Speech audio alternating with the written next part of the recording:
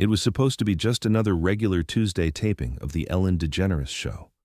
The audience was buzzing with their usual pre-show energy. The familiar blue stage glowed under the bright studio lights, and Ellen was backstage reviewing her notes with that infectious smile that had made her America's favorite daytime host for over 2 decades.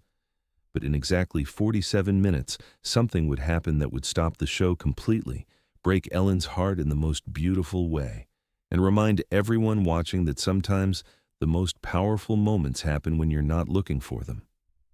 12-year-old Jason Martinez sat in row F, seat 12, clutching his mother's hand so tightly his knuckles had turned white. This was his first time in a television studio, his first time in Los Angeles, his first time anywhere that felt this grand and overwhelming.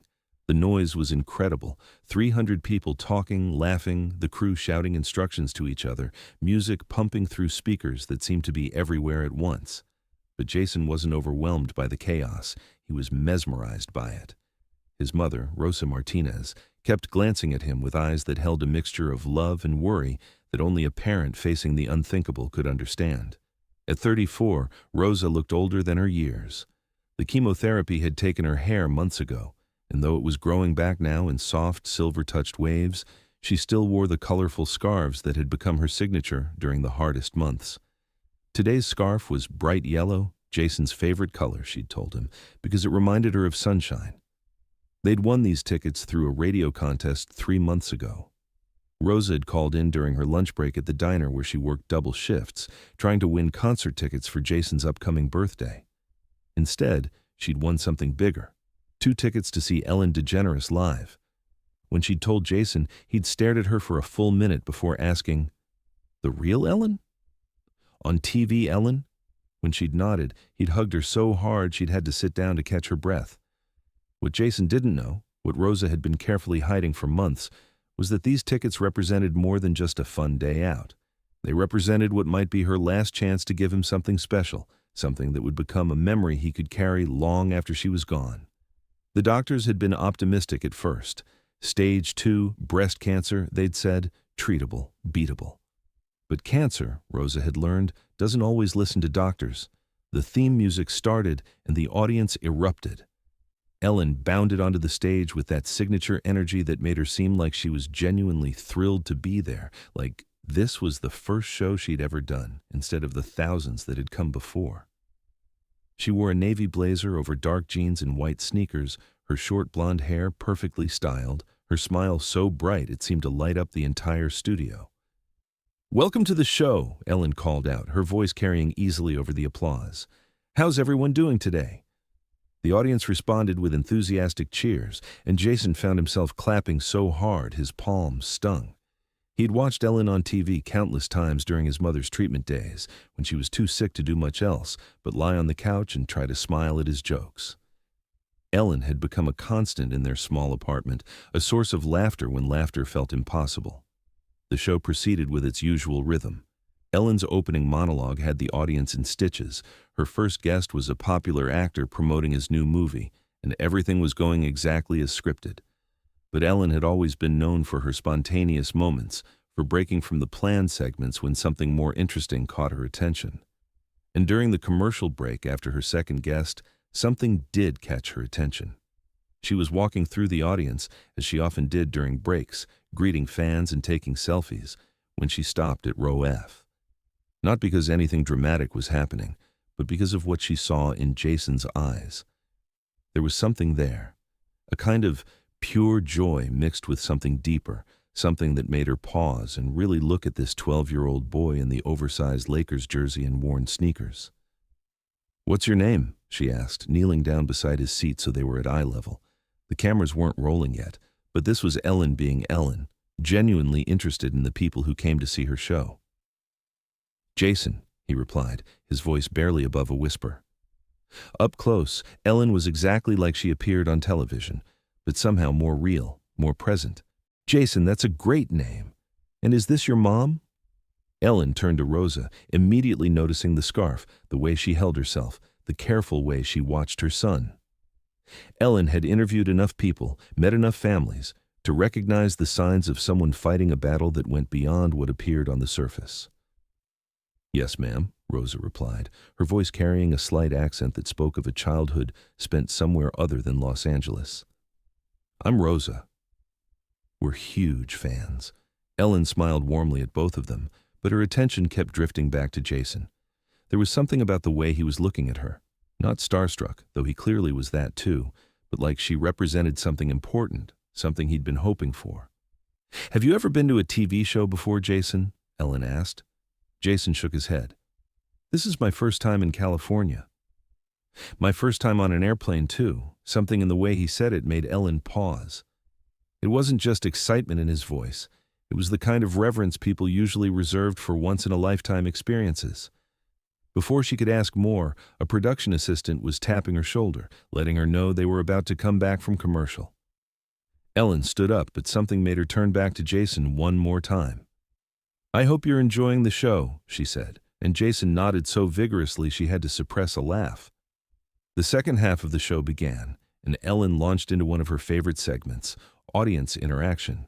She liked to walk through the crowd, ask people about their lives, their jobs, their families. It was unscripted, unpredictable, and often led to the most genuine moments of the entire show. Let's meet some of our wonderful audience members, Ellen announced, stepping down from the stage with her wireless microphone. I love getting to know the people who come to see us. She worked her way through the front rows first, chatting with a couple celebrating their anniversary, joking with a group of college students, congratulating a woman who'd just gotten engaged. But her feet kept carrying her back toward row F, back toward Jason and his mother. When she reached them, the cameras followed, catching the moment live as Ellen sat down in the empty seat next to Jason. So, Jason, I met you during the break and I'm curious. What brings you and your mom all the way to Los Angeles? Ellen asked, holding the microphone between them. Jason looked at his mother, as if asking permission for something. Rosa nodded encouragingly, though Ellen noticed her grip on her son's hand tighten slightly. We won tickets, Jason said, from a radio station back home in Phoenix. That's fantastic. And what was the contest for? Jason paused, and in that pause, Ellen sensed there was more to this story.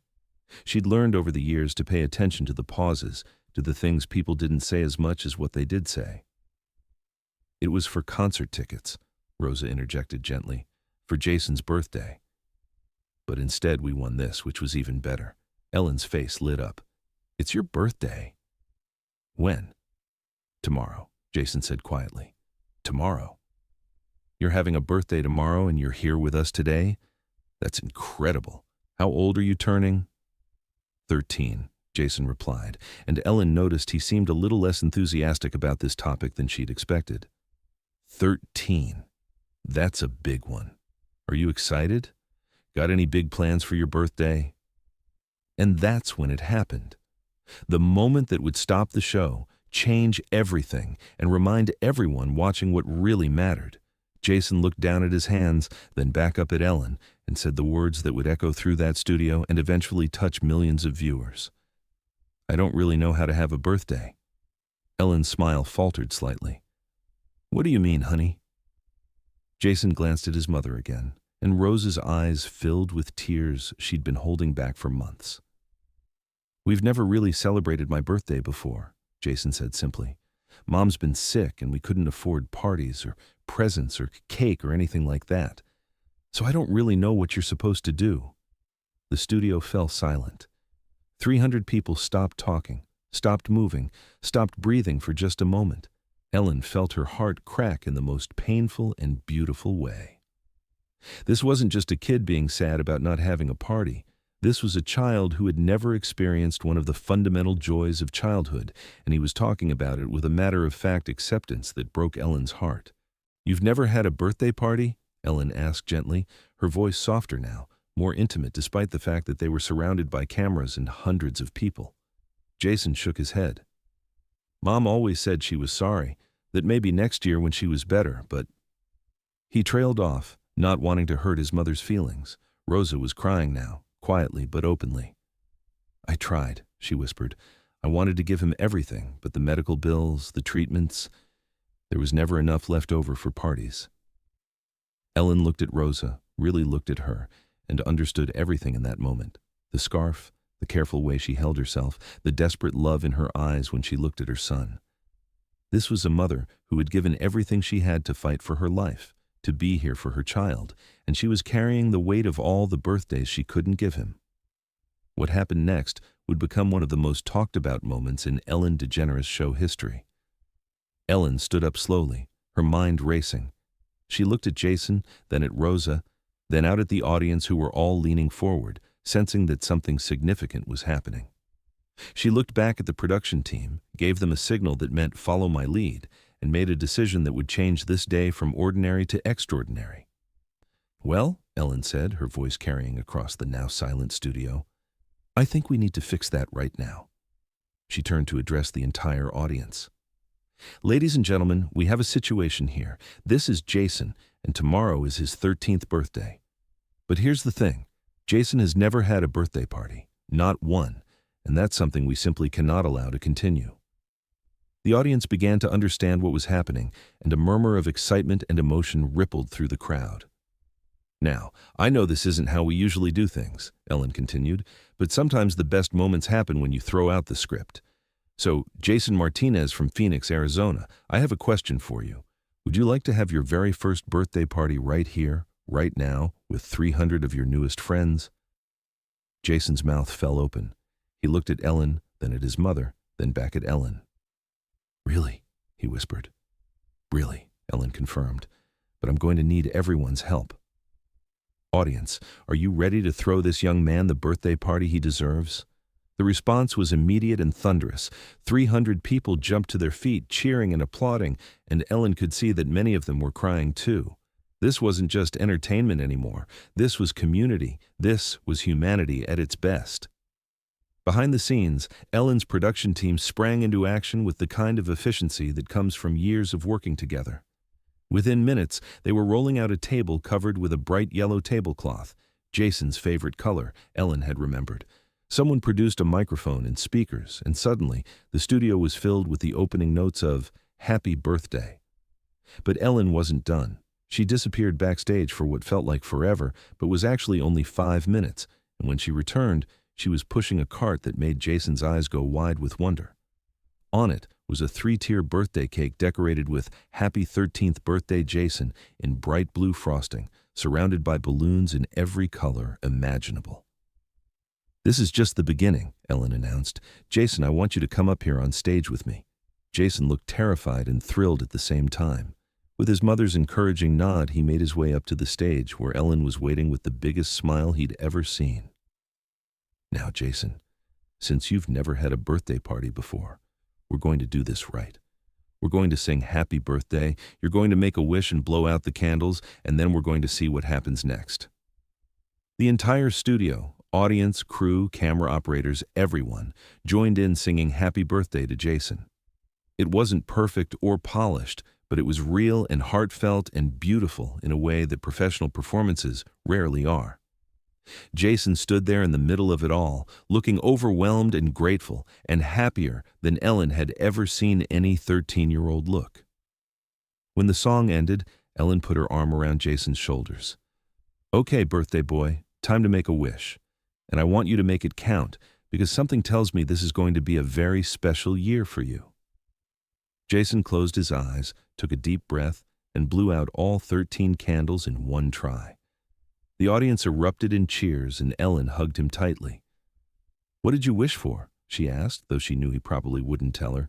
Jason looked out at the audience, then at his mother in the front row where an assistant had moved her, then back at Ellen.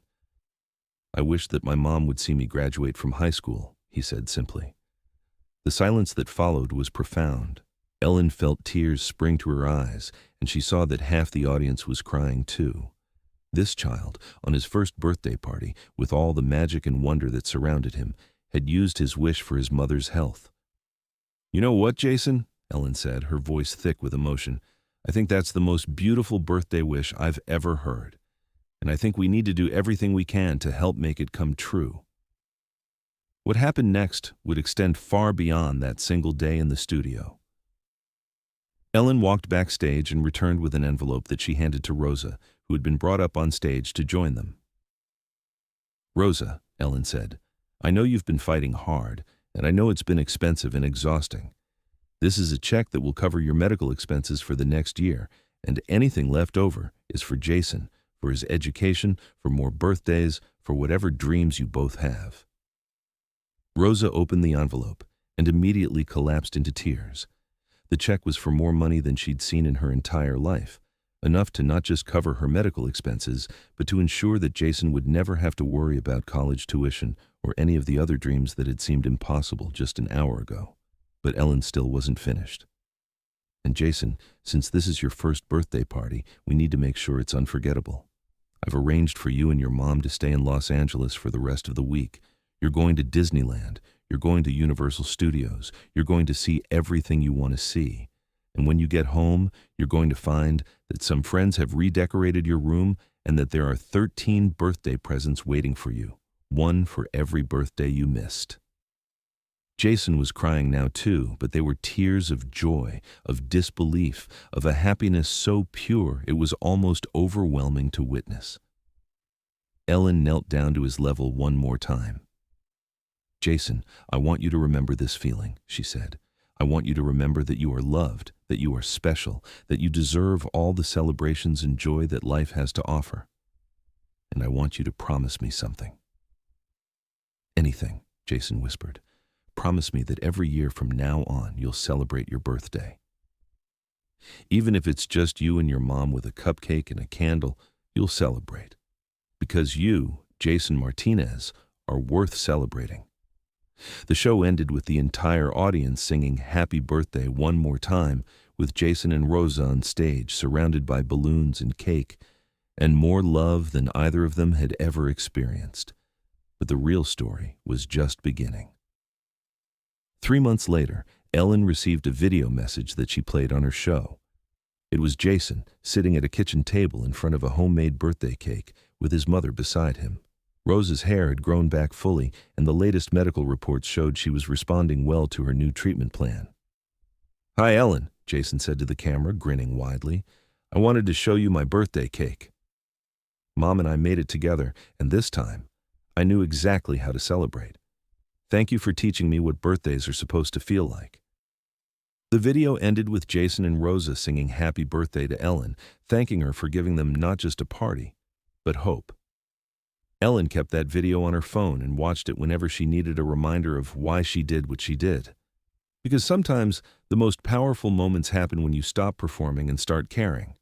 Sometimes a 12-year-old boy who has never had a birthday party can teach an entire studio audience about gratitude, love, and what really matters. And sometimes the best gifts aren't the ones wrapped in paper and tied with bows. Sometimes the best gifts are moments of connection, of understanding, of pure human kindness that remind us all that despite everything else going on in the world, love still wins.